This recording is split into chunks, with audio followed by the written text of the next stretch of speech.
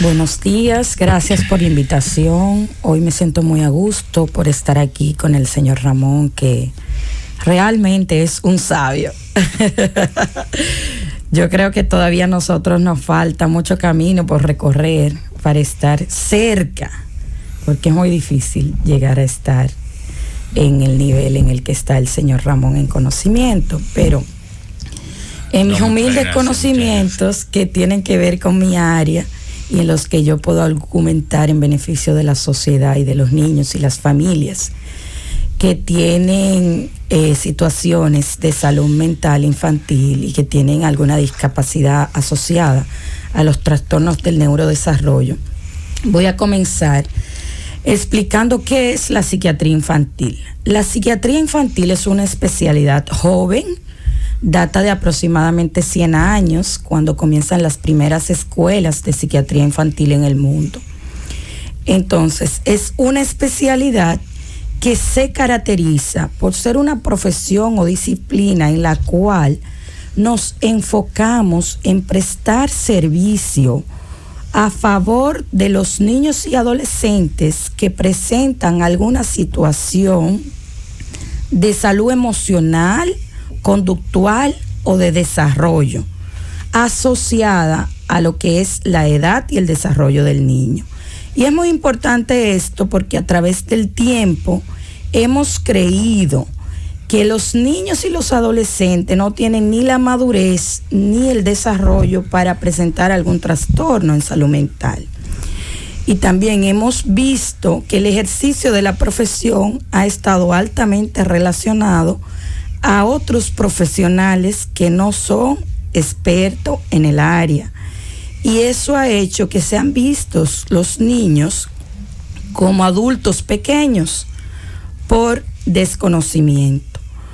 Entonces, en psiquiatría infantil, el día de hoy tenemos un gran reto, y esos son los retos que la Organización Mundial de la Salud planteó en su estudio de Atlas en salud mental en 2005 y que persisten. Son 6 retos. El primer reto está asociado a lo que son los recursos humanos. Tenemos pocos recursos humanos capacitados y especializados en el área, y no solamente en República Dominicana, sino en muchos países del mundo. También tenemos una situación muy compleja que impide que nosotros como profesionales especializados podamos ejercer nuestra profesión en favor de los niños y las familias, que es un asunto de servicio. No tenemos los servicios necesarios para el ejercicio de nuestra profesión. El tercer punto más importante, y uno de los más importantes, es la gobernanza.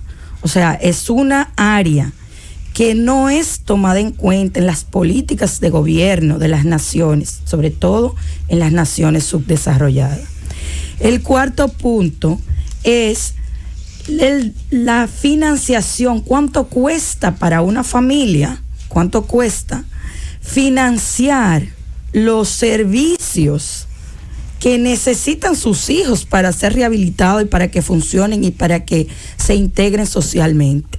El siguiente punto es la educación como conjunto en lo que es la rehabilitación de los niños y niñas que presentan alguna discapacidad. Y el último es el acceso a información, que no tenemos información de prevalencia en nuestra población, probablemente debido a la carencia de recursos humanos especializados en el área.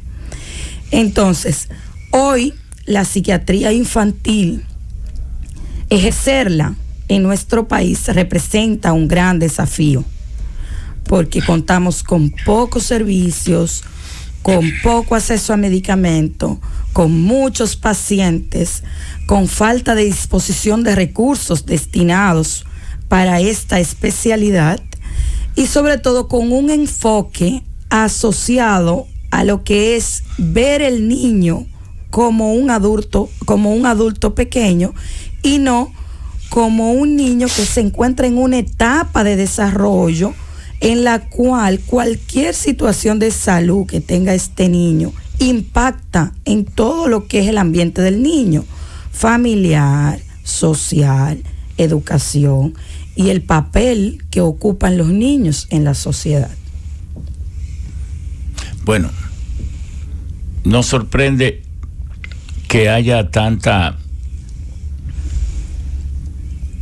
camino que recorrer, que República Dominicana se haya quedado atrás en un área tan sensitiva, pudiendo decirse que nosotros debemos tener 50, 60, 70 años de atraso en materia de psiquiatría, o más, tal vez 100 años. Uh-huh. Yo voy a decir dos cosas antes que Laurita empiece. Yo me he encontrado como político y como ser humano que ha tenido ejercicio de poder con el caso de que muchos familiares van y se le acercan a uno y le dicen: yo tengo un familiar que lo que yo quisiera es que usted use su influencia, ay, hágame el favor, mire, toda la familia va a votar por usted si usted me lo interna en un hospital que nosotros no lo podemos atender. Oigan, qué situación. Eso hay que decirlo, como desnudarnos de todas las cosas que llevamos dentro para que la gente lo sepa.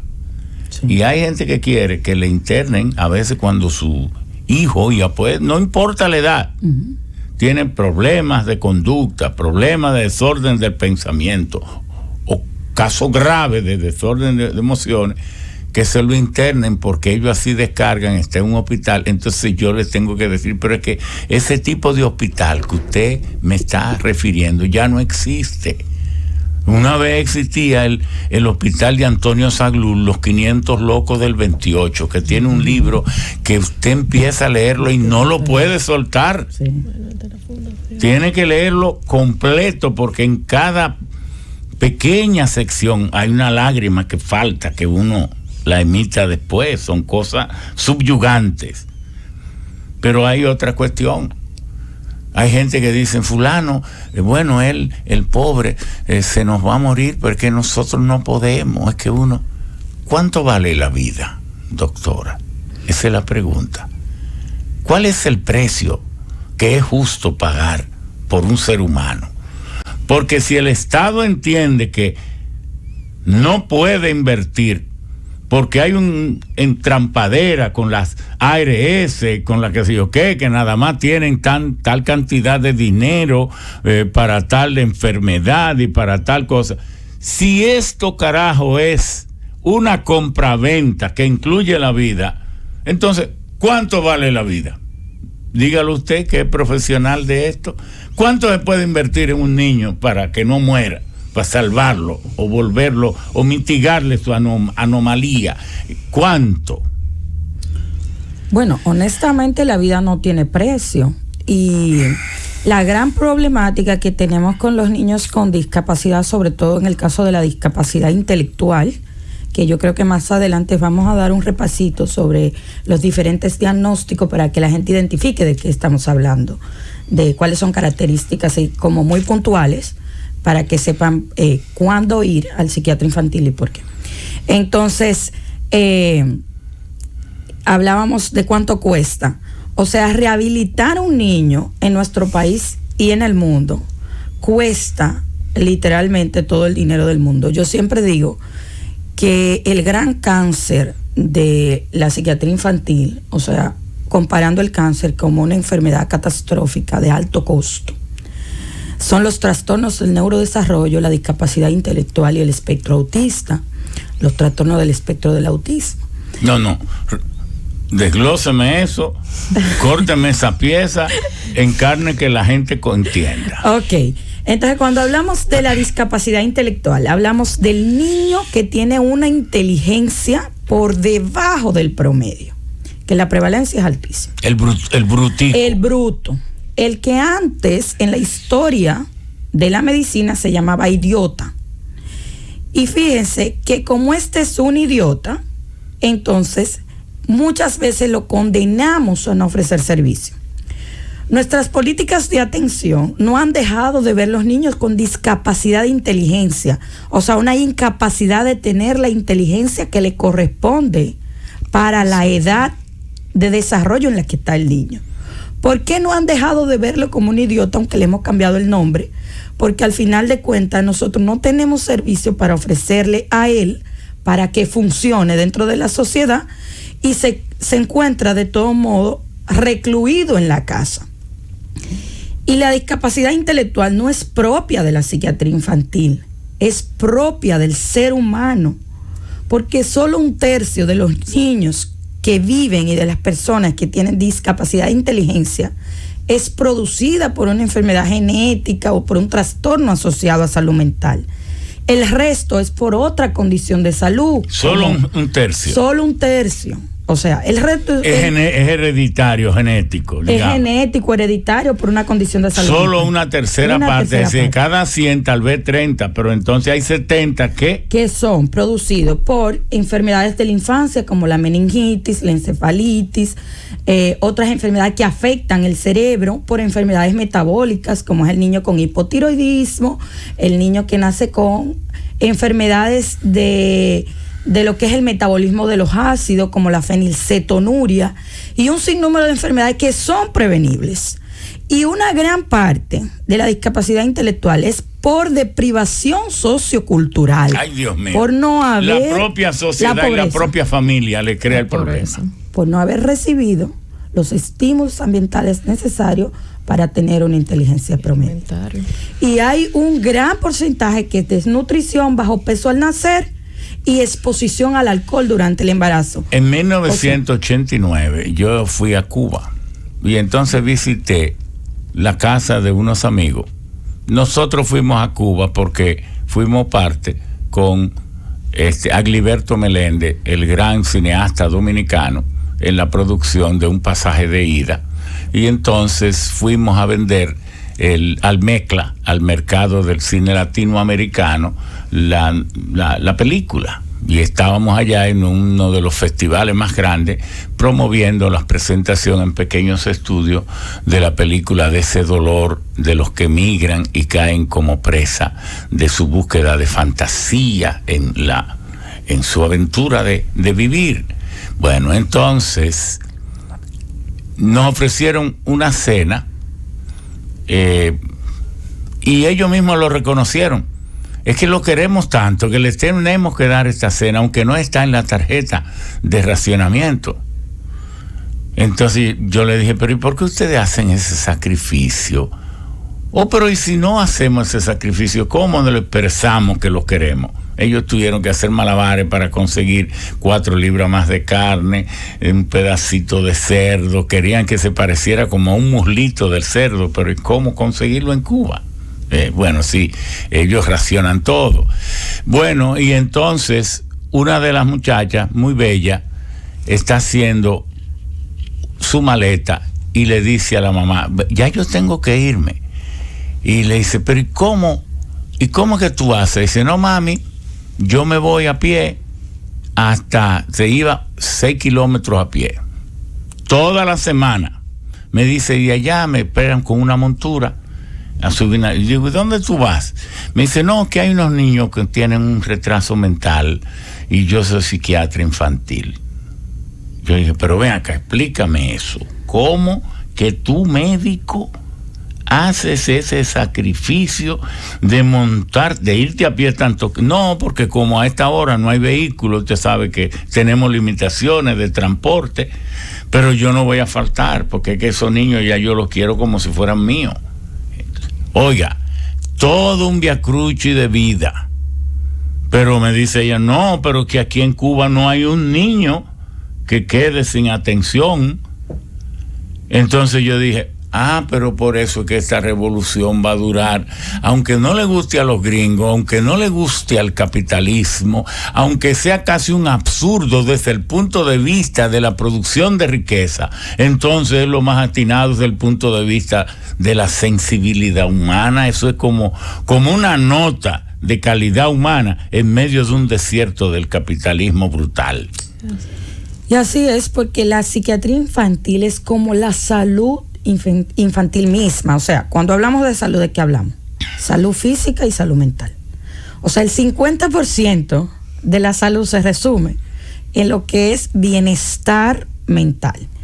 Y para poder percibir el bienestar, tú necesitas desarrollar habilidades de funcionamiento y habilidades de inteligencia que permitan al niño adaptarse a su entorno. Entonces, realmente el rol de los psiquiatras infantiles auténticos, formados con escuela, no está en el consultorio, ni en el escritorio, ni en la prescripción de algún tratamiento farmacológico específico. Eso es una parte, pero el rol está en la identificación, en la prevención, en que ese niño funcione desde todos los contextos, en el ejercicio global del desarrollo del niño. Porque ¿por qué los niños y las personas que viven con discapacidad intelectual no tienen voceros? Nadie habla por ellos. O sea, en el mundo, la mayoría de los servicios lo han incentivado los profesionales, no ellos mismos. Si vamos a otras discapacidades, como la discapacidad visual, las personas no videntes o que tienen discapacidad visual pueden hablar de sus necesidades, porque cognitivamente no tienen algo que le impida razonar y pensar. Entonces, en las discapacidades asociadas al neurodesarrollo y a los trastornos mentales, no tienen los recursos cognitivos para poder defenderse. Entonces nosotros los profesionales, que somos los que tenemos que dirigir el colegio donde va a estar, la escuela, el maestro, la familia, el pediatra que lo ve, porque si el niño no habla no sabe qué tiene y tú le tienes que explicar, oye, pero si tú... Y a veces aunque hable tú no le entiendes. Y aunque habla tú no le entiendes porque la comunicación está interrumpida por su discapacidad en desarrollo.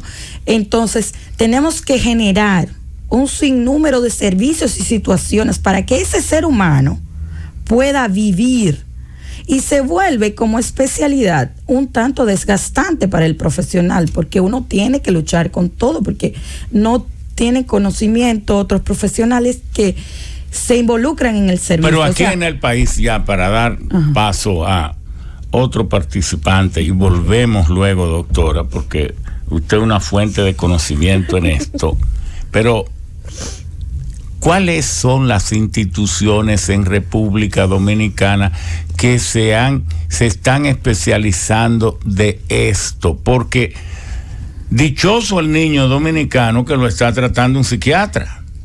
Primero, aquí siempre se creyó que los niños no se mandan a psiquiatra. Grave problema. Porque el niño que nació medio loco y medio atrasado y medio bruto y medio cosa, eso no tiene remedio. Sí, es lo primero. Y luego lo segundo es que ahora, como cada cosa, cualquier cosa cuesta tanto dinero, la familia definitivamente, si no pueden con lo esencial, van a poder entonces, con un niño que le nació loco, entonces volverse loco, gastándolo todo. Oiga, sí. Es dramático. Respóndame eso.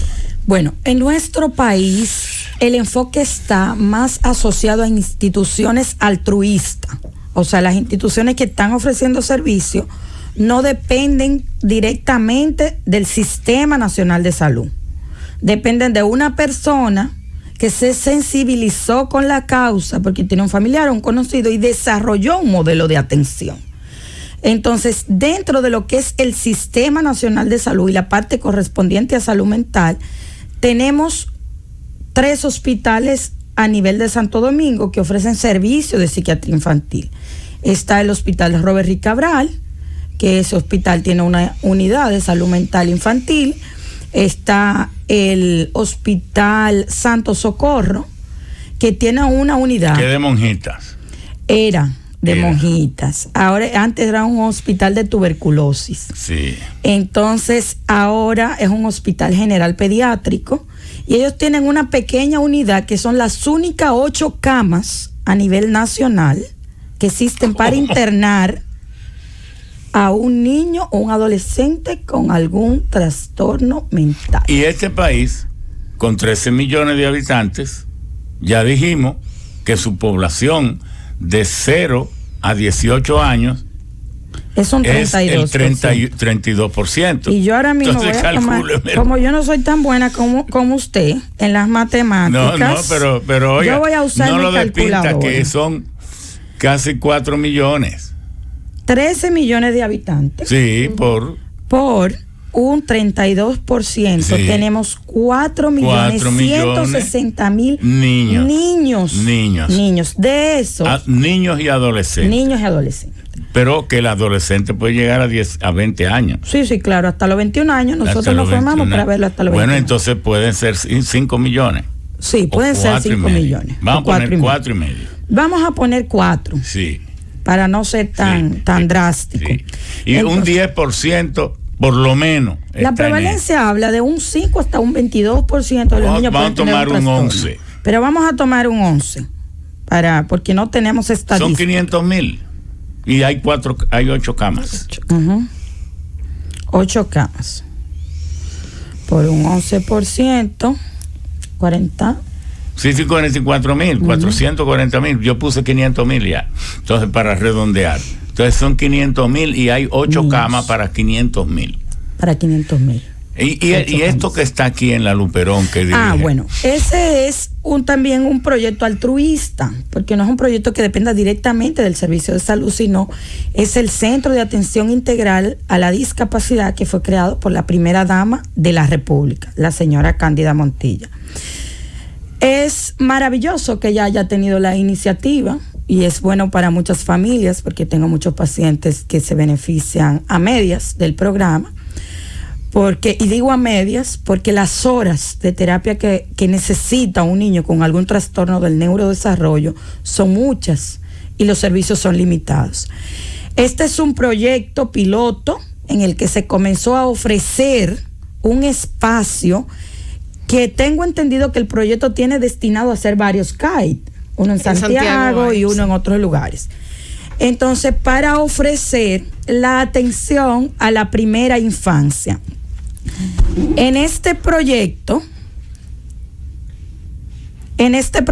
tenemos atención a niños que yo no conozco exactamente bien el proyecto, no puedo argumentar mucho sobre él, pero sé que atienden a niños de 0 a 12 años con enfermedades, trastornos del neurodesarrollo, como son los trastornos del espectro autista, la discapacidad intelectual y el síndrome de Down.